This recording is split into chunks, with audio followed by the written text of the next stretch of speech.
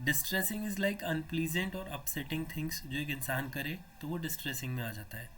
Dysfunctional is interfering with the person's ability to carrying out the daily activities. जो मेरी daily activities हैं अगर उनको करने में मुझे प्रॉब्लम आ रही है तो मैं डिसफंक्शनल होऊंगा. जनरली जितने भी लोग डिसेबल होते हैं वो डिसफंक्शनल के अंडर कैटेगराइज होते हैं कि उनकी फंक्शनैलिटी में कोई ना कोई प्रॉब्लम आ रही है, whether it is dyslexia, whether it is a hearing impairment और एनी वन. डेंजरस की अगर हम बात करें तो it's like to the person और द अदर. ठीक है, जो औरों खुद के लिए डेंजरस हो सकता है इंसान कई बार, या औरों के लिए डेंजरस हो सकता है. सो एबनॉर्मल में आ गया. The word abnormal literally mean away from normal. Okay, and which means deviation from some clearly defined norms और स्टैंडर्ड्स. अब ये कुछ क्लियरली डिफाइंड नॉर्म्स कई बार सोसाइटी हमें सिखाती है कि पब्लिक में कैसे बिहेव करना है, दोस्तों के साथ कैसे रहना है, अगर मैं किसी वर्क प्लेस पे काम कर रहा हूँ तो मुझे किस तरीके से रहना है, ये सब हमें सिखाती है सोसाइटी. एंड समटाइम्स ये जो है हम ये ऐसे स्टैंडर्ड्स और ऐसे नॉर्म्स हैं जो कई बार बताए नहीं जाते. जब आप सोसाइटी में रहना शुरू करते हैं तो इवेंचुअली आप ये सब सीख जाते हैं. तो उसको भी हम क्या बोलते हैं, उसको भी हम इस कैटेगरी में रख सकते हैं. तो in psychology we have no ideal model और इवन नॉर्मल मॉडल कि हम इस इंसान को देखकर ये बोल दें कि ये नॉर्मल इंसान है, ऐसा बन सकते हो तो आप नॉर्मल हो, नहीं बन सकते तो आपका बिहेवियर नॉर्मल है. बिकॉज बहुत तरीके की पर्सनैलिटीज़ हैं, बहुत तरीके के इंडिविजुअल्स हैं. नेक्स्ट अगर हम बात करें deviation from the social norms, so many psychologists have stated that abnormal is simply a label. ठीक है, तो abnormal कई सारे साइकोलॉजिस्ट तो इस बात को मानते भी हैं कि abnormal जो है सिंपली एक लेबल है. ठीक है, and that is given to the behaviour which is deviant from the social expectations. जैसा मैंने अभी बताया आपको कि सोसाइटी आपसे एक्सपेक्ट कर रही है कि मान लो अगर किसी का डेथ सेरेमनी है तो उसमें आप अगर आप जा रहे हो तो सोसाइटी एक्सपेक्ट कर रही है, अगर वो इंडियन सोसाइटी थी, वो वाइट पहन कर आओगे और आप क्या कहते हैं वहाँ पर शोक और दुख दिखाओगे. वहीं पर अगर आप क्या कहते हैं बड़े चटकीले से रंग बिरंगे कपड़े पहन के जाने जाने लगो और बहुत ज़्यादा खुश वहाँ पे दिखोगे, एकदम लोगों से हंस हंस के बातें करोगे, तो दैट मीन्स वो सोशली एक्सेप्टेबल नहीं है. This is one example. ऐसे ही बहुत सारे एग्जाम्पल्स और भी हो सकते हैं. जैसे आप अपनी मदर से बात कर रहे हैं तो आपकी टोन जो है वो नॉर्मल होनी चाहिए. अगर आप हाई टोन में अपनी मदर से बात कर रहे हो तो that is actually not acceptable according to the Indian society. तो वो भी वहाँ पर ये दिखा रहा है कि किस तरीके से सोसाइटी एक्सपेक्टेशंस ही डिसाइड करती हैं कि whether the person is normal और अबनॉर्मल. एक इंसान रोज़ अगर क्या कहते हैं कोई ड्रग अब्यूज़ कर कर आए घर में और खूब लड़ाई करे तो again it's an abnormal behaviour. ठीक है, क्योंकि सोशल एक्सपेक्टेशंस नहीं है. सोशल एक्सपेक्टेशंस हैं कि हर एक इंसान अपने काम से आएगा, अपने परिवार के साथ टाइम स्पेंड करेगा और जाकर सो जाएगा और अगले दिन फिर से अपनी डेली लाइफ स्टार्ट करेगा. So abnormal behaviour, thoughts, emotions are those that differ markedly from a society ideas of proper functioning. जैसे एक सोसाइटी के आइडियाज़ होते हैं प्रॉपर फंक्शनिंग जो मैंने अभी बताया आपको. So each society has a norms. जो हर एक सोसाइटी के अपने नॉर्म्स हैं. आपको ये बात समझनी पड़ेगी कि इंडियन सोसाइटी के अपने नॉर्म्स हैं, वेस्टर्न सोसाइटी के अपने नॉर्म्स हैं और भी सोसाइटीज़ के अपने नॉर्म्स हैं. उनको फॉलो कर कर ही क्या कहते हैं एक इंसान नॉर्मल बिहेव कर सकता है. अगर वो उन स्टैंडर्ड्स पे नहीं रहेगा, उनको नहीं फॉलो करेगा तो वो अब नॉर्मल की कैटेगरी में आ जाएगा. फिर अगर हम बात करें सोसाइटी नॉर्म्स जो होते हैं वो पर्टिकुलर कल्चर पे डिपेंड करते हैं, आपके हिस्टोरिकल बैकग्राउंड पे भी डिपेंड करते हैं, आपकी वैल्यूज़ पे भी डिपेंड करते हैं और आपकी हैबिट और आपकी स्किल्स पे भी डिपेंड करते हैं. ठीक है, सो नेक्स्ट अगर आप थोड़ा सा और देखेंगे तो ये सोसाइटी वैल्यूज़ कहाँ से आ रही हैं, ये साइकोलॉजिकली और ये क्या कहते हैं लोगों के आपस में एक साथ उनकी फैमिली वैल्यूज़, उनके कंपटीशन, उनकी असर्टिवनेस से पैदा हो रही है. कुछ चीज़ें अनएक्सेप्टेबल हैं, कुछ चीज़ें एक्सेप्टेबल हैं. ठीक है, और अब हमें कैसे पता लगेगा कि कौन अगर अनएक्सेप्टेबल होंगी तो उनको जनरली हम मैल एडप्टिव बोलेंगे. ठीक है। तो ऐसी चीज़ें जो सोशली एक्सेप्टेबल नहीं है, ऐसे बिहेवियर जो सोशली एक्सेप्टेबल नहीं है, we call it as a maladaptive behaviour. ठीक है। और एक वेलबींग हम उसे बोलेंगे जिसमें मतलब वेलबींग की डेफिनेशन हम ऐसे लेके चलेंगे, is not simply maintenance and the survival but also include the growth and fulfilment. तो एक इंसान की ग्रोथ और फुलफिलमेंट भी हो रही है और उसकी मेंटेनेंस भी हो रही है, सर्वाइवल भी हो रहा है, प्लस वो मैस्लो की हायरार्की के अकॉर्डिंग पूरा टॉप तक आ रहा है। मैस्लो की हायरार्की हमने देखी थी, और जिसमें आपका आता है पहले आपकी फिजियोलॉजिकल नीड्स, फिर आती हैं आपकी क्या कहते हैं सेफ्टी नीड्स, फिर आती हैं आपकी, तो ऐसे करते करते धीरे धीरे आप सेल्फ एक्चुअलाइजेशन नीड पे पहुंचते हैं। Self actualisation is need the person who is actually at the higher potential, कि वो अपनी लाइफ में सब कुछ अचीव कर सकता है, एंड उसने सब कुछ अचीव कर लिया जो वो अपनी लाइफ में चाहता है। वो लाइफ का मतलब भी समझ गया है, अपनी लाइफ का महत्व भी समझ गया, उसे ये पता है कि उसका जन्म किस चीज़ के लिए हुआ था अकॉर्डिंगली। तो मैस्लो से हटते हैं, वापस आते हैं। सो कॉन्फॉर्मिंग बिहेवियर, जो conforming behaviour can be seen as abnormal if it is maladaptive. ठीक है। तो कॉन्फॉर्मिंग बिहेवियर, कॉन्फॉर्मिटी जो है एक सोशल साइकोलॉजी का टर्म है। ठीक है। एक होता है ओबीडियंस और एक होता है कॉन्फॉर्मिटी।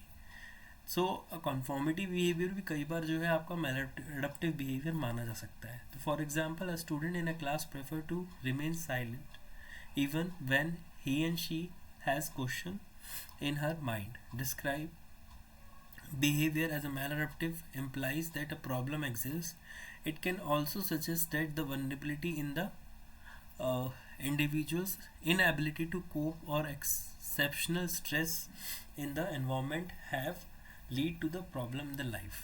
तो सिंपली यही है इसका मतलब कि जो एक्सपेक्ट किया जा रहा है अगर वो नहीं होगा तो दैट मीन्स वो मैलअडप्टिव बिहेवियर है। ठीक है। अब कई सारे स्टिग्मास भी अटैच थे मेंटल इलनेस से। अभी तक हमने पढ़ लिया कि 4 Ds होते हैं।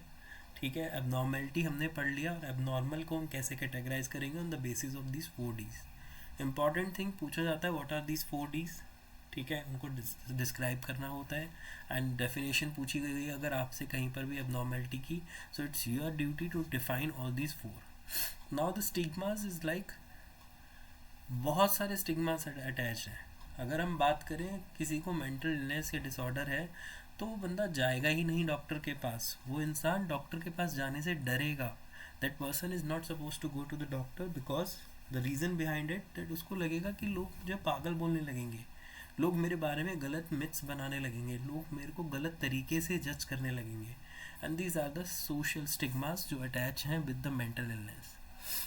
सो अगर हम बात करें पहली अप्रोच की जो आई रिगार्डिंग द मेंटल डिसऑर्डर्स, अब ये हम स्टार्टिंग से स्टार्ट करेंगे जब मेंटल डिसऑर्डर्स के बारे में स्टार्ट हुआ, थोड़ा थोड़ा लोगों को ये समझ में आना शुरू हुआ कि हाँ इसको कुछ बीमारी है, कुछ परेशानी है। सो सबसे पहला आया आपका super natural approach. Super natural approach is an ancient theory suggest possess by the supernatural and the magical force such as an evil spirit, exorcism। ठीक है। होता था उस टाइम पे, शमन होता थे। आपके पास नीचे मैंने एक फ़ोटो दिखा रखी है। तो यहाँ पर इस तरीके की ऊजाद और शमन्स पे लोग बिलीव करते थे और इनको बुलाते थे अपने पास। इनको मेडिसिन मैन भी बोला जाता था, और ये कुछ अपनी तंत्र विद्या और कुछ तरीके से अपनी पूजा पाठ कर कर, ठीक है, कुछ लोगों को ये सही कर पाए, और मे बी क्या कहते हैं there is a XYZ reason, but maximum लोगों को ये सही नहीं कर पाए। बट बिकॉज ऑफ 100 में से अगर 2 भी सही कर दिए तो it is a believe that कि हाँ this is a evil spirit and there is some supernatural power which is a reason behind the psychological disorder। ऐसा लोगों का बिलीव हो गया उस टाइम पे। अब फिर धीरे धीरे जब दिमाग थोड़ा लोगों का और खुलना शुरू हुआ, साइंटिफिक रिसर्च आनी शुरू हुई, लोगों को अंडरस्टैंडिंग हुई, देन इसके बाद आई बायोलॉजिकल और organic approach. Then now the people start believing that कि जो मैल अडप्टिव बिहेवियर है इसके पीछे का रीज़न क्या है, बायोलॉजिकल रीज़न है इसके पीछे का। ठीक है। That means brain is involve in it and the other organic और the hormonal things which is there in our body is responsible for the maladaptive behaviour. ठीक है। अब उसी में ही according to the psychological approach the problem cause by the inadequacy in the way an individual think feel और perceive. साथ साथ एक और अप्रोच है जिसको बोला हमने मनोवैज्ञानिक अप्रोच या साइकोलॉजिकल अप्रोच, जो इस बात पे बोलती है कि मे बी जो मैलएडप्टिव बिहेवियर है उसके पीछे का रीज़न है उस इंसान की गलत सोच, जिसको हम इरेशनल थिंकिंग बोलते हैं। मे बी उस इंसान का फील जो वो करता है लोगों के लिए, उसका चाइल्डहुड ट्रॉमा, या फिर उसका परसेप्शन औरों के लिए और अपनी लाइफ के लिए। अगर इनमें प्रॉब्लम है that means it's a psychological approach, जिसको यूज़ कर कर वी आर फाइंडिंग आउट कि हाँ इट्स अ मैलएडप्टिव बिहेवियर और इट्स अ मेंटल डिजीज और नॉट। तो अभी तक हमने 3 अप्रोच पढ़ी, super natural approach, biological approach और साइकोलॉजिकल अप्रोच। अब इन तीनों के बाद अगर हम आगे बढ़ते हैं तो हमारे पास है हिस्ट्री में सबसे पहले ऑर्गेनिक अप्रोच, जो एंशियंट ग्रीक फिलोसोफर्स जैसे आपके हिपोक्रेट्स, आपके सॉक्रेट्स और प्लेटो ने बताया। तो इन्होंने अलग अलग थेरीज के साथ अपनी बातें कंबाइन करने की कोशिश करी। जैसे गैलन जो थे, गैलन ने 4 ह्यूमर दिए। हमारी बॉडी में 4 फ्लूइड पाए जाते हैं, ठीक है, और इन 4 फ्लूइड्स के नाम हैं सेंगियम, फ्लेगमेटिक, कॉलरिक, मेलनकॉलिक। इन 4 फ्लूइड्स के अप एंड डाउन के बेसिस पे, परसेंटेज ज़्यादा और कम के बेसिस पे, ये define the 4 types of personalities in a human. अब वो 4 पर्सनैलिटीज़ इसने यहाँ पे दिखा भी रखी है कि सेंगियम जिसमें ज़्यादा होगा वो पर्सन मोर चीयरफुल होगा, कॉन्फिडेंट होगा और ऑप्टिमिस्टिक होगा। Sorry guys.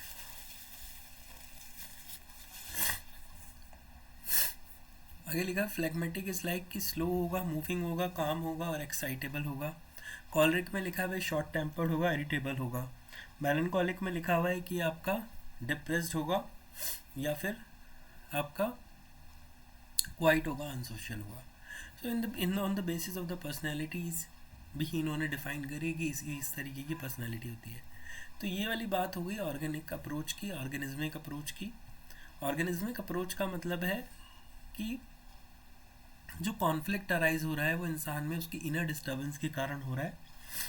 नेक्स्ट आपका है यहाँ पे द मिडिल एज, जिसमें सुपरस्टिशियस और डिमोनोलॉजी पे फोकस किया गया, जो मैंने सबसे ऊपर बताया था सुपर नेचुरल थिंग्स पे, और इसमें ओजाज और इन पे ज़्यादा बिलीव किया जाने लगा। और इसमें माना गया कि जो मेंटल प्रॉब्लम्स हैं इनके पीछे कहीं ना कहीं इविल स्पिरिट या इन सब का वो है, क्या कहते हैं, रीज़न है।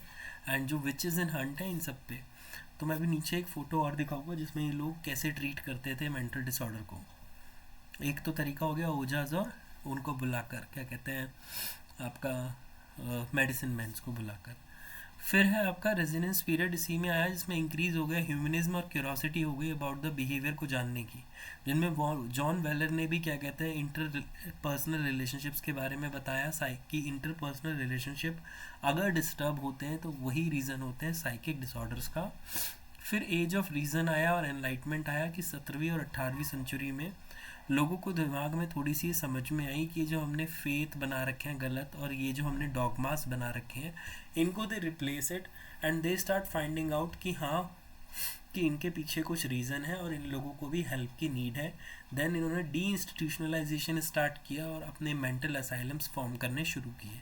इसीलिए इसको एज ऑफ एनलाइटमेंट कहा जाता है कि लोगों को समझ में आना शुरू हुआ कि ये एक प्रॉब्लम है और इनको हेल्प चाहिए। रिसेंट ईयर्स में कन्वर्जेंस हुआ इस अप्रोच में और इंटरेक्शनल अप्रोच आई कि एक इंसान जिस तरीके से अपने आसपास से इंटरेक्ट करता है, अपनी सोसाइटी से इंटरेक्ट करता है, this is the main reason of the psychological disorder. उसके चाइल्डहुड ट्रॉमास और उसके लाइफ के experiences is the reason of psychological disorder. फिर बायो साइको सोशल अप्रोच आई जिसमें brain, hormones, sympathetic parasympathetic nervous system, इन सबको कनेक्ट कर कर अलग अलग तरीके से समझा गया है कि how these are responsible for the psychological disorder. Okay, so अब जो ऊपर मैं आपको यहाँ दिखा रहा था ए पॉइंट जिसमें था मिडिल एज, ठीक है, इसके अंदर विचेस एंड हंट्स में ये भी होता था कि जिसको साइकोलॉजिकल डिसऑर्डर्स हैं उसको इस तरीके से सज़ा दे दी जाती थी कि भाई ये तो क्या कहते हैं किसी के काबू में आ गया है या फिर किसी इविल स्पिरिट का इस पे साया हो गया है, now we have to hang that particular person, otherwise the other will affect it. ठीक है, now the classification of psychological disorder important हो गया, क्योंकि लोगों को समझ में आ गया कि there are XYZ number of psychological disorder and on the basis of the physical symptoms ये बहुत ज़रूरी है कि इनको क्लासीफाई करना, क्योंकि जब एक पेशेंट हमारे सामने आएगा, अगर हम पे क्लासिफिकेशन होगा उसी के बेसिस पे तो हम ये बोलेंगे कि इसको ये साइकोलॉजिकल डिसऑर्डर है। तो अब क्लासिफिकेशन के लिए अमेरिकन साइकोलॉजिकल एसोसिएशन ने अपना DSM दिया। DSM is diagnostic statistical manual, जो बुक में है that is 4। Now the latest version is DSM-5 which we are using, जिसके अंदर आपका डिफाइन है साइकोलॉजिकल डिसऑर्डर्स। अब वो ऐसे नहीं कि साइकोलॉजिकल डिसऑर्डर्स की सिर्फ डेफिनेशन लिखी है, वहाँ पे 10 से 20 सिम्टम्स लिखे हुए हैं। अगर उसमें से 5-7 सिम्टम्स किसी इंसान के केस स्टडीज से मैच कर रहे हैं तो वी विल से कि इस इंसान को ये डिसऑर्डर हो सकता है। फॉर दिस हो सकता है को कंफर्म करने के लिए हम उसके ऊपर एक साइकोलॉजिकल टेस्ट करते हैं, then we will get a confirmation कि उसको वो प्रॉब्लम है या नहीं है। फिर यहाँ पर आपका इस डायग्नोस्टिक स्टैटिस्टिकल मैनुअल में DSM-5 में ये पूछ लिया जाता है कि DSM की फुल फॉर्म बताइए। इसमें बायोलॉजिकल और साइकोलॉजिकल एंड सोशल एस्पेक्ट्स पे बनाया गया है।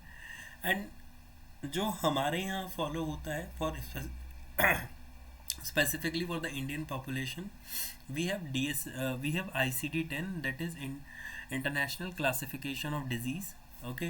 एंड ये जो प्रिपेयर किया गया है ये वर्ल्ड हेल्थ ऑर्गेनाइजेशन ने प्रिपेयर किया है, WHO ने। अब इसको इसलिए इंडिया में फॉलो किया जाता है क्योंकि अभी हमने ऊपर पढ़ा था कि कल्चरल बेसिस पे चेंज होते हैं सोशल नॉर्म्स। अगर कल्चरल बेसिस पे सोशल नॉर्म्स डिपेंड करते हैं, मैलएडप्टिव बिहेवियर डिपेंड करता है, तो जो DSM-5 है क्योंकि वो अमेरिकन पॉपुलेशन के अकॉर्डिंग है, उसको अमेरिकन साइकोलॉजिकल एसोसिएशन ने बनाया है, तो it is more to incline towards the American population only. And और जिसको हमने बनाया है WHO, जो इंडियन पॉपुलेशन पे भी है और जो सब पे अप्लाई हो सकता है, जिसमें ज़्यादातर कॉमन सिम्टम्स और कॉमन चीज़ें ली गई हैं, इसीलिए ICD is more preferable to be use for the Indian population. That's it.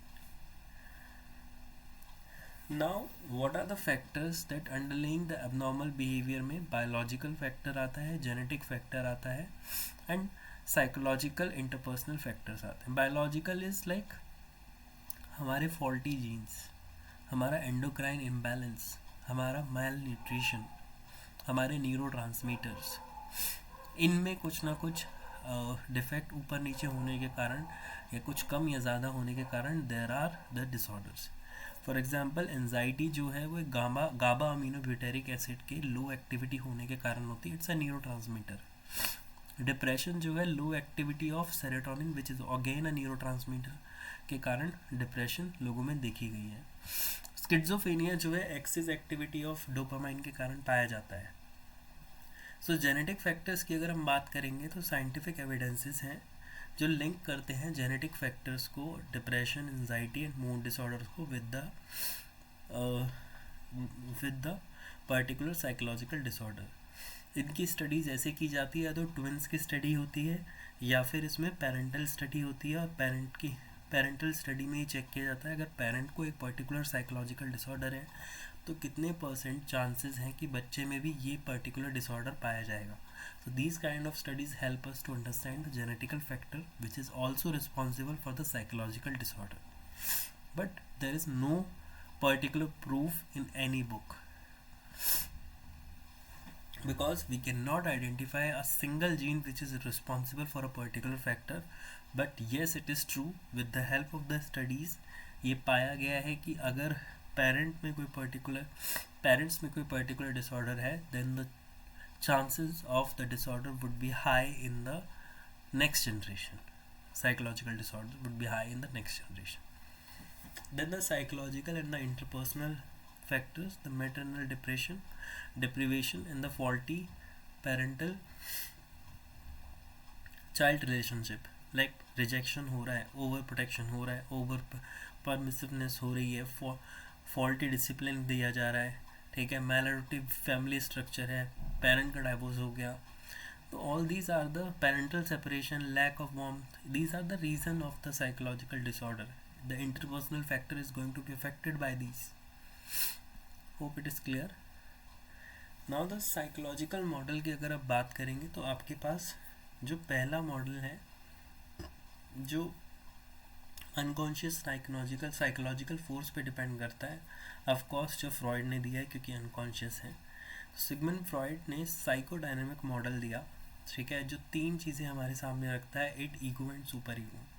अब नाउ स्टार्ट इमेजिन कि एक तरफ आपके इस वाले शोल्डर पे there is a red colour boy और just look like you, and there is a white color boy who is exactly dressed like you, and this white color boy is based on the morality principle.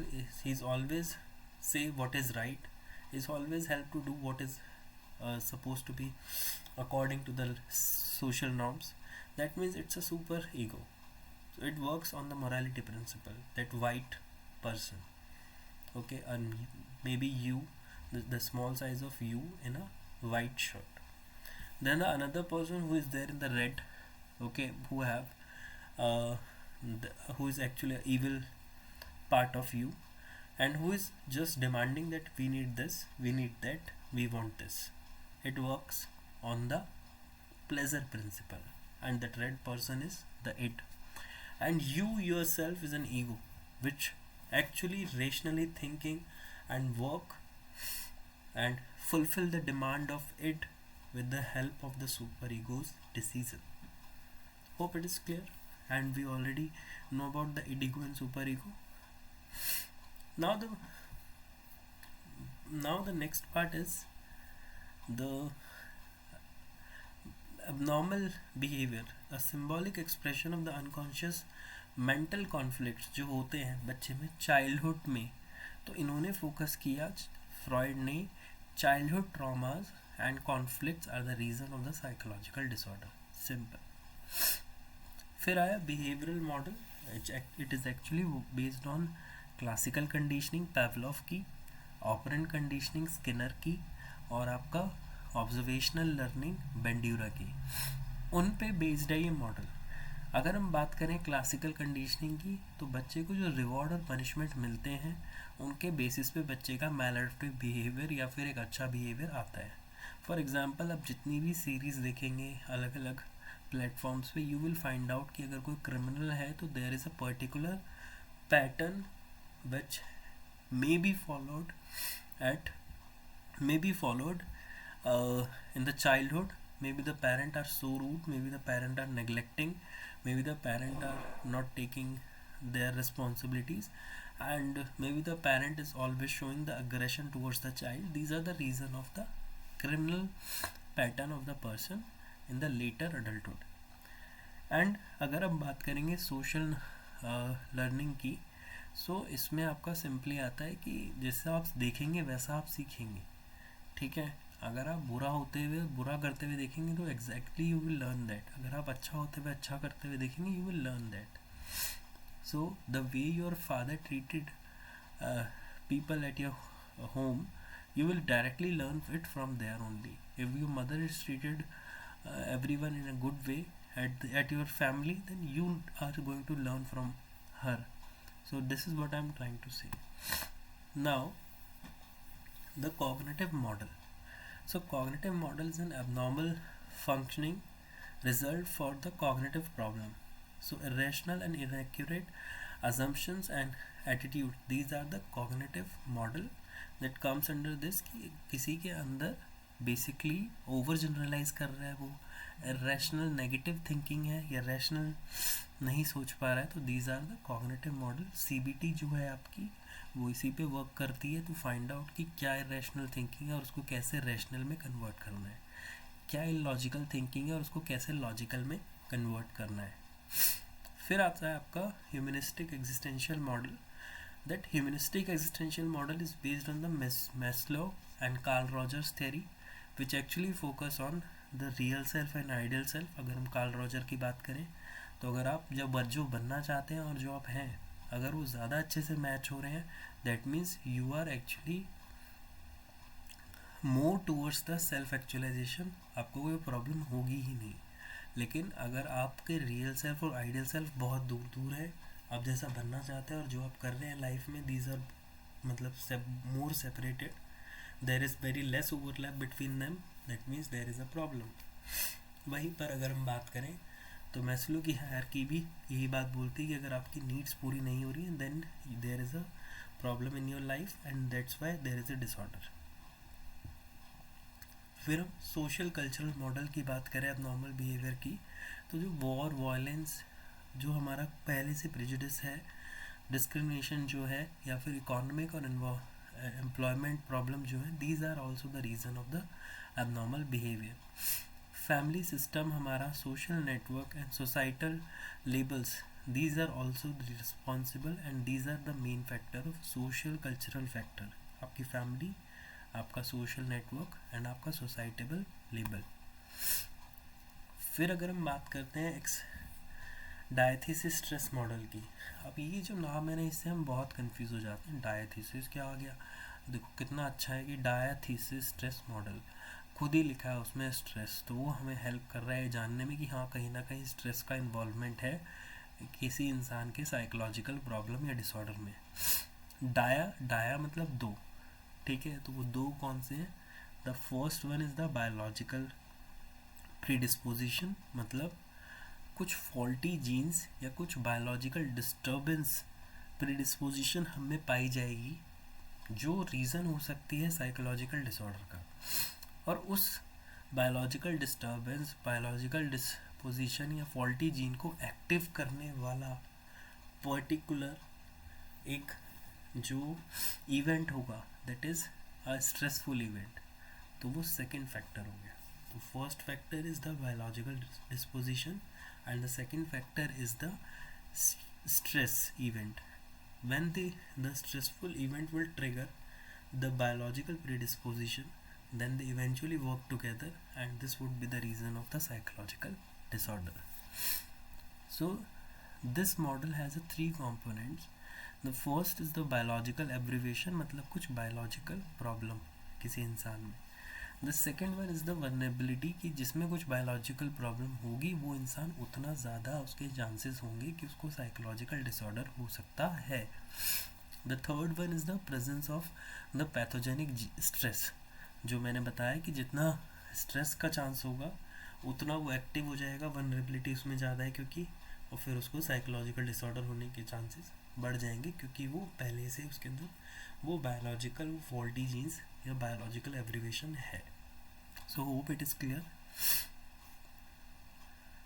Now if I'm going to define one by one the psychological disorder, this we would be cover in the next class, and hope this would be helpful for you.